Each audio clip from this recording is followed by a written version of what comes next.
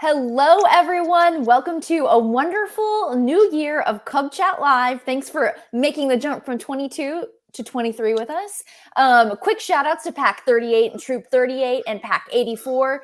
If you leave the first comments on this show, that's what you get. We get to kick off the show by giving you a shout out, which is something we do every week. If you're new to the show, welcome. If you're a returning viewer, we're so glad to see you again. We've got a great show today. It's full of questions that I legitimately have. So selfishly, I'm very excited about this show.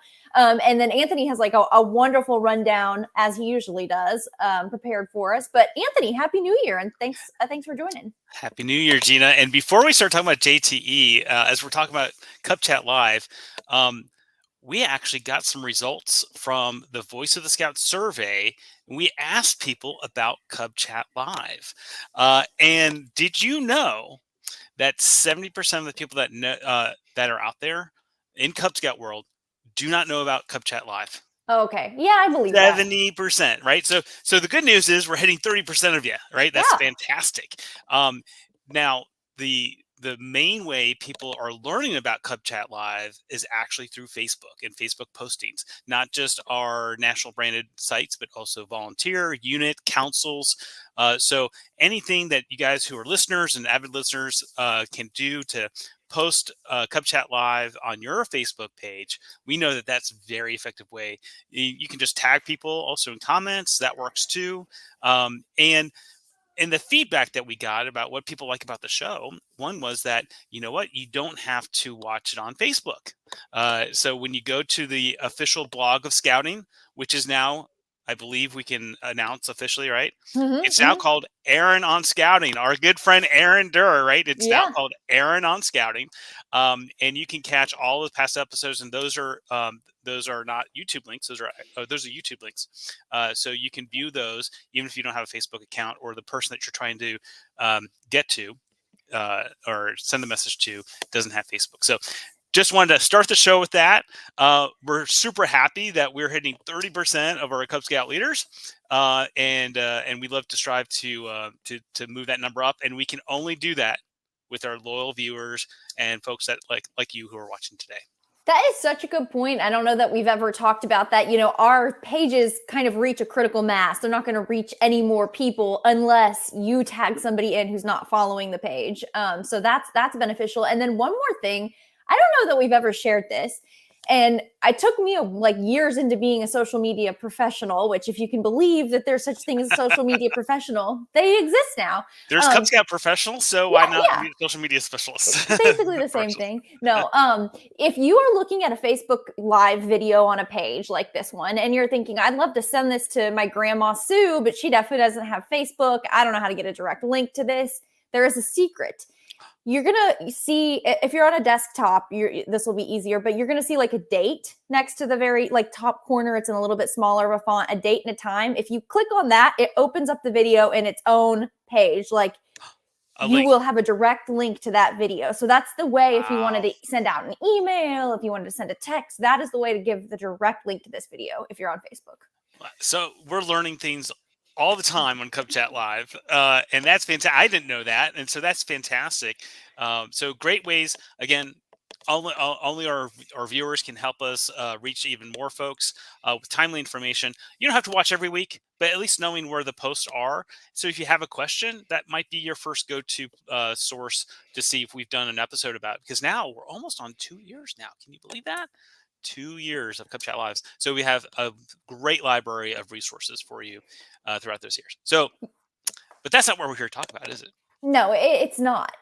We have a great packed show for you today. I want to say before we get going with this, that if you are watching this video on perhaps a council page, thank you for tuning in. And if you want to join the live conversation, you can jump over to the Scouting Magazine Facebook. That URL is at the bottom of the page. We're reading those comments live. And we're seeing a lot of funny ones we're going to get to in a little bit. But Anthony, before we do that, there is this acronym that's thrown about, and I think new parents hear it and they don't know what it means. You hear JTE this, JTE that, and then when you're like, what's that? And they're like, well, Journey to Excellence. You're still confused. Right. What is it? So Journey to Excellence is a way for you to know, like, okay, I know everyone watching has a great Cub Scout pack, but how great is it?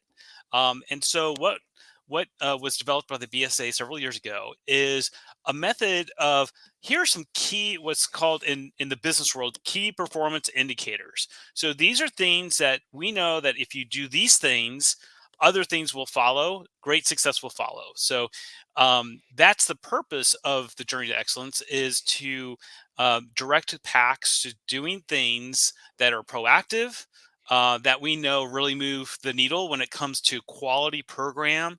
And that can encompass lots of things, but we know that when we have a quality program, uh, Cub Scouts grow, right? We see it all the time. And so that's really the essence of Journey to Excellence.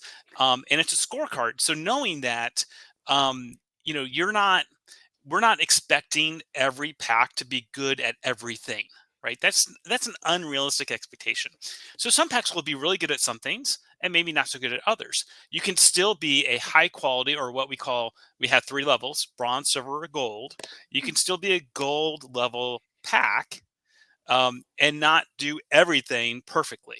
And we'll see that when we break down the scorecard as we go through the show. So yeah, Journey to Excellence is just a way to recognize the hard work, but more importantly, to guide your pack to success. So if you want to, what are the things that we need to do to have a great pack? Those are the things. We have 11 objectives that if you do those things every year, we know that you're going to have a quality program. Okay, so I'm getting it. It's kind of how you can measure the success of your pack, or what you're focused on. You've mentioned a scorecard. Is this something that, like, packs can see or can't see? Is it secret, or can you access the scorecard so that you can maybe keep up with where you're at? Right. So we because we now love QR codes. So we got two actually. Brian will show it. First of all, if you got more questions about Journey to Excellence itself, the main website, you can access it through this QR code. It is on scouting.org, right? There's no logins, it isn't behind any kind of firewall or anything like that. Very open source. So if you can take out your phone, if you have most smartphones, you just open your camera, aim it towards that QR code, and it'll ask you if you want to open up that website. And that's the main page to Journey to Excellence. And so if you want to learn a little bit more about the whole system and how it works, that's the site for you. Now, today we're talking about Cub Scout packs. So Cub Scout packs have a specific scorecard, and we have a QR code for that too. And if you want to scan this QR code, that will take you directly to a PDF file of the 2023 Cub Scout Pack Journey to Excellence scorecard. You just And answered May's question. May said, when will the metrics for JTE 2023 be released? and we actually released this.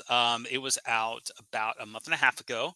And so we want to make sure people were aware that it is out and available for packs. And when we go through this, if you were aware of Journey to Excellence in 2022, you'll notice that there weren't any changes. We really wanted to have a consistency for 2023. We made some adjustments in 2022. So we want to see that ride out for a couple of years before we look at making any major changes. Very cool. We have a lot of viewers right now. Journey to Excellence must be a hot topic. Thank you, everybody, for tuning in. Welcome if you're new to the show. We appreciate your comments. If you have comments or questions, leave them in the live chat. We're reading them live. We've got shout out for Pack 307, Pack 29. Thanks, Rob, for dropping the links to the Journey to Excellence page on scouting.org for us. You just beat the Awesome. QR code. And hello to Pack 257. There are too many comments to get to right now, but we'll keep our eyes on that and read some more as we go. Okay, Anthony, you gave us a tease. You said that handy dandy number of 11. We've got Yes. 11 objectives. We have 11 objectives. And so we're going to, of those objectives, they're broken down by topic. So there's membership, there's volunteer development, there's program.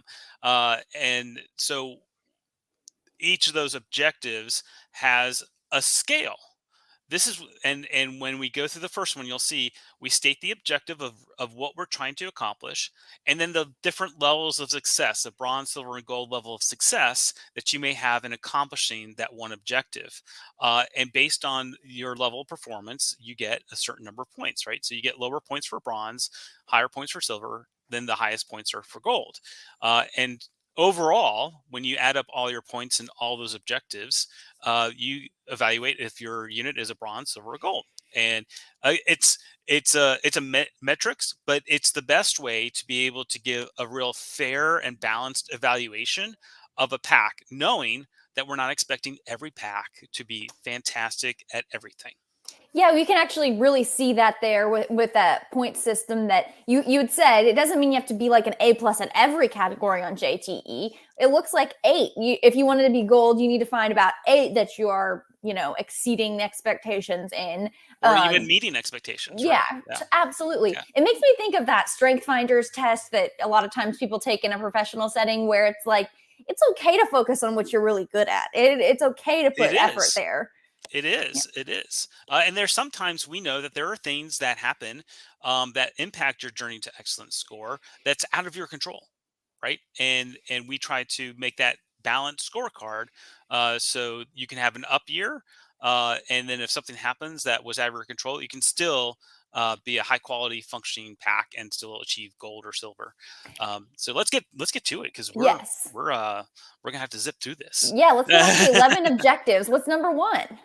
All right. So number one is what this is, and this is the reason why this is number one is of all the things that your pack could do to make your program successful.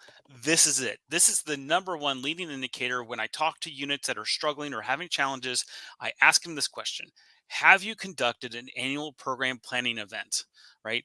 And follow those steps. And usually the answer's no, I don't even know what that is, right? So here's a double whammy. One, we want to bring awareness to that there is such a thing as an annual pack program planning event, and that is actually formal training. They actually have formal training for that. There's a module in My Scouting under the Cub Scout training, under pack committee chair training, and it's about, I'm going to say it's one of the longer videos, which is only about 10 minutes, that walks you through the details of how to conduct that.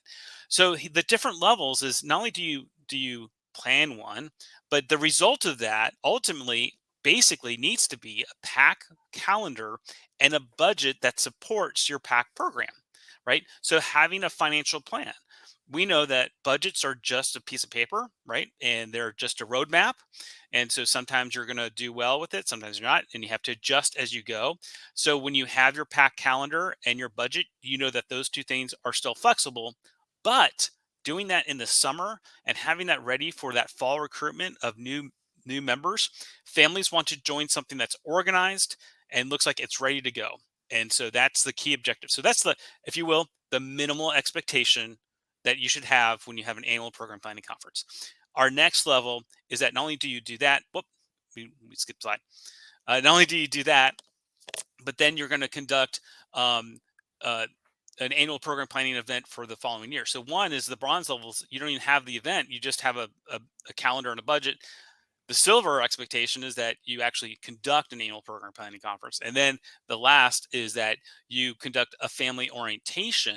And that is getting your families to connect their scouts and scout book, right? And that is a key way to make sure that your parents are engaged with their child when they first join. So if that's not a process that you have in your pack of how to get families connected to their child so that they can easily on their phone know what advancement their Cub Scouts doing, and be in touch with the pack when they're doing calendar updates and those types of things.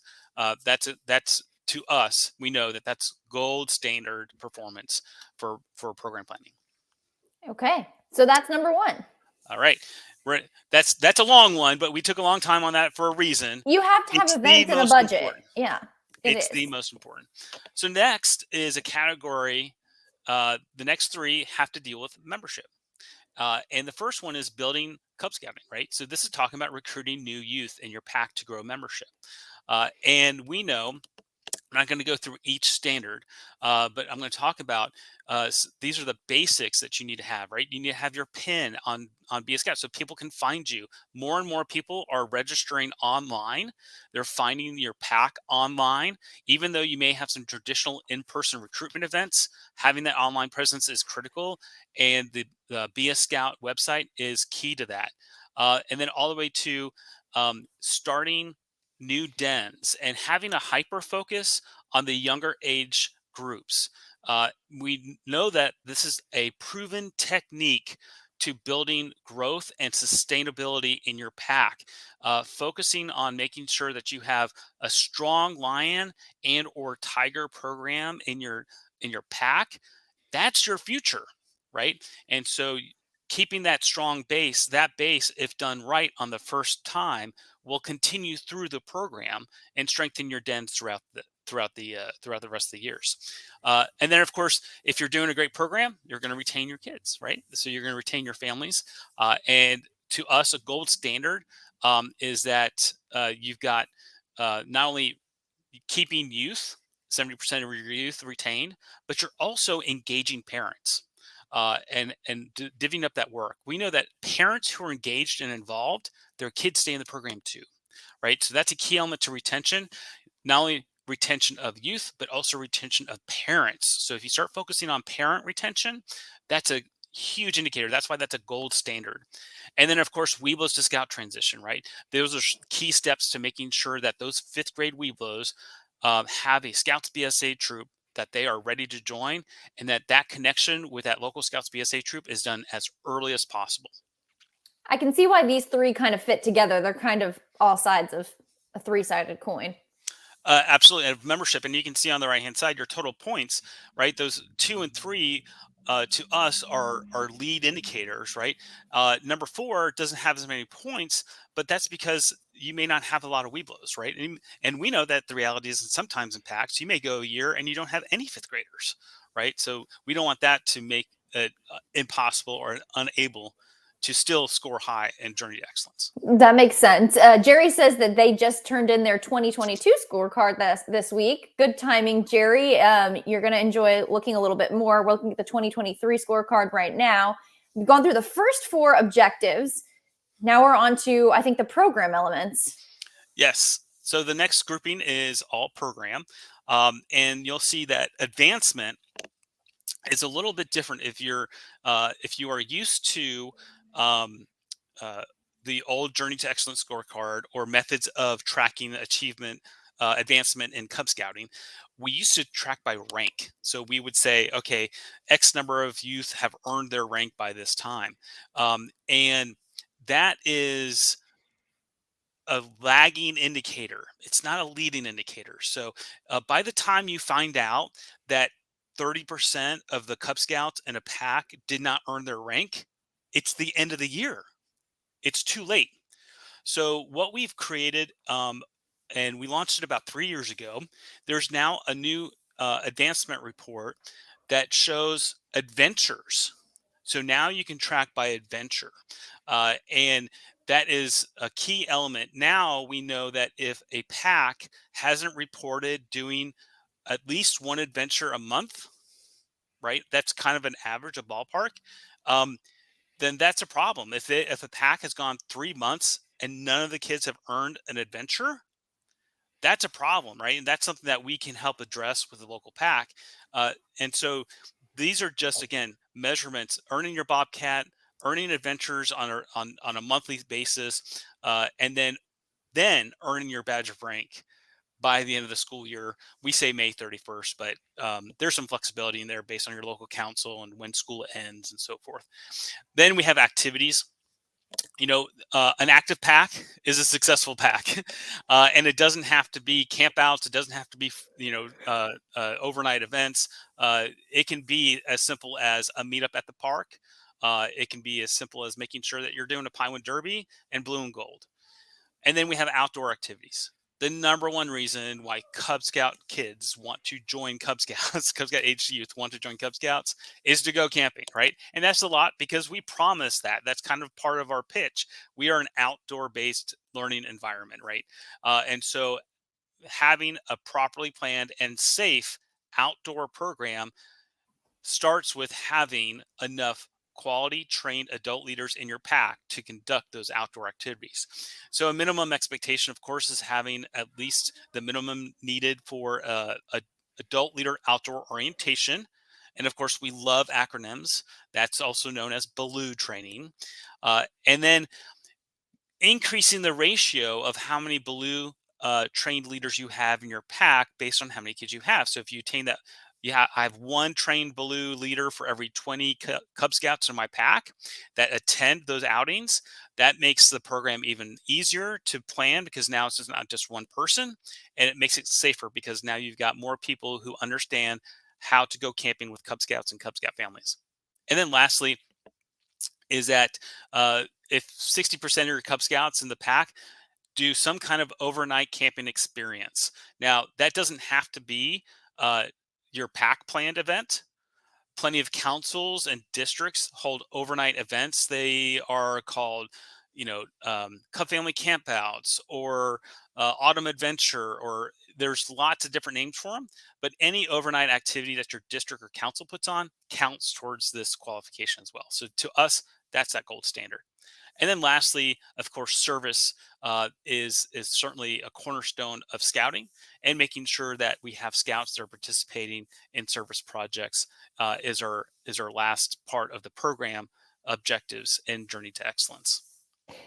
We talked about service project ideas too, right before the end of the year with Lisa. You guys can go back, look at that past episode if you're curious about service project ideas. And we talked then about how a lot of times people think, oh, service projects, that's Scouts BSA, that's Eagle Scouts. It's not something Right. Cub Scouts worry about. Actually, we just showed you that it is important, very important. Or the level service project has to be this massive undertaking where we build like a playground for someone, right? Yeah. No, a service project can be very simple, short. It doesn't have to be long. At Cub Scout age level, it's really important to keep it a simple and short, and something that the youth can connect to, that it's a kind of an easy thing to understand that, oh, I did this and it benefited this, right? Right. And age appropriate too. Again, check out that past episode. We're not talking about sending your Cub Scouts out, barehanded to pick up trash. That's Right. not what Well, we're and we also describing. make it easy too. Many councils still conduct scouting for food drives in their local communities. So if your pack participates in that, that's an easy way to mark off that journey to excellence. Great point. It's coming full circle. Yes. When I'm participating in Cub Chat Live, it's like, oh yeah, we talked about that a few times. It just took 2 years. It all makes sense. Yeah, somebody's thinking this through. We have two more objectives on our list of objectives here for the Journey to Excellence 2023 scorecard. I'm excited to see what they are. Me too. All right. So lastly, we have volunteer leadership. And you can see these are actually pretty high scoring points here, because we know that the foundation of a strong quality pack is engagement of parents, and taking parents on a journey from joining, getting a little bit involved, dipping their toes in the water, if you will, gaining some responsibility, and then getting into leadership. Not everyone's going to make that full journey, but you have to have a system that allows for that journey. Too often we have join and be a leader, and we miss all this in between time. And what we're finding through Voice of the Scout surveys, that turns a lot of parents off. And that's the reason why they're not volunteering. They're being asked too quickly to take on a key leadership role. So volunteer opportunities is number 10. And so we actually have done roundtable videos on this, and we have done Cub Chat Live episodes on this about how to get parents involved. And specifically, by developing a list of tasks that need to get done for your program year. That should come from your program planning conference. And you list those and give families an opportunity to select those tasks. So a little bit different approach, not going after leadership positions. You're not looking for a popcorn chair. You're looking for someone who on sometime in October, November, can go to the facility that has the popcorn to pick it up and deliver it to wherever your meeting location is.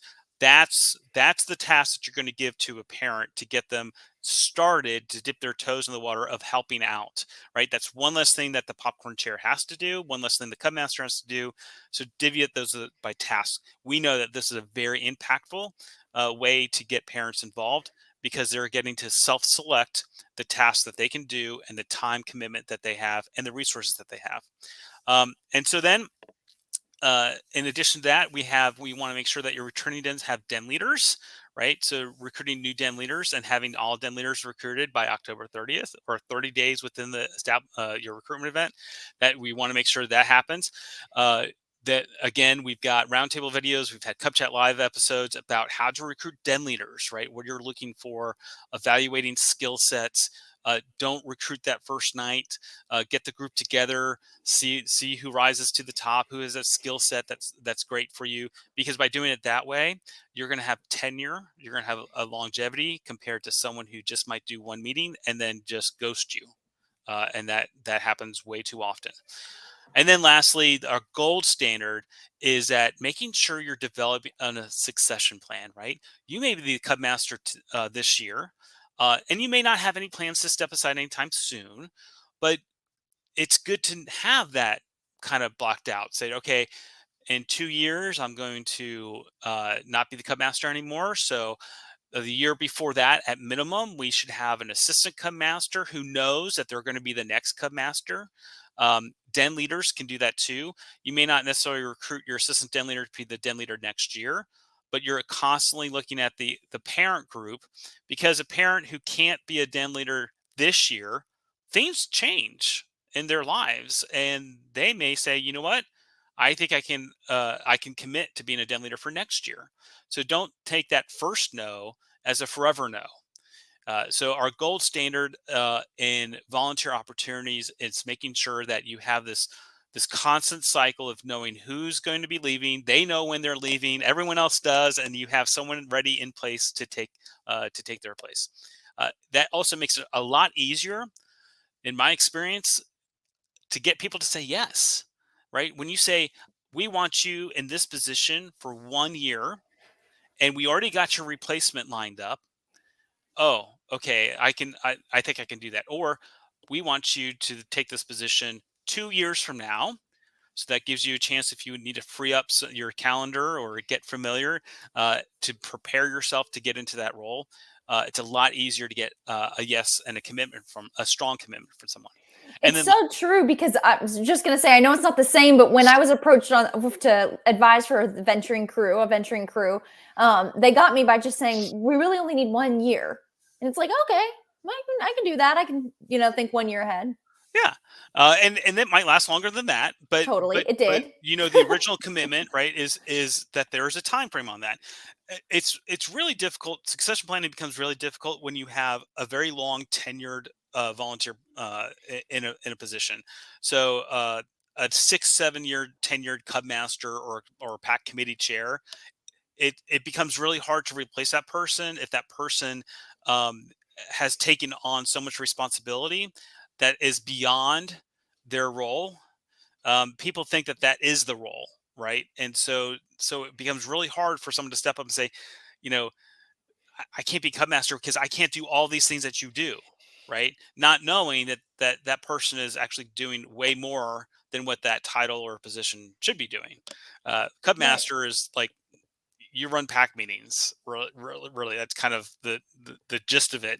But we know that Cub Masters out there do so much more, and that's just part of that succession planning, making sure that you have got that funnel of parents, taking them on that journey from joining, dipping their toe, getting a little bit more experience, and then asking for a commitment for leadership.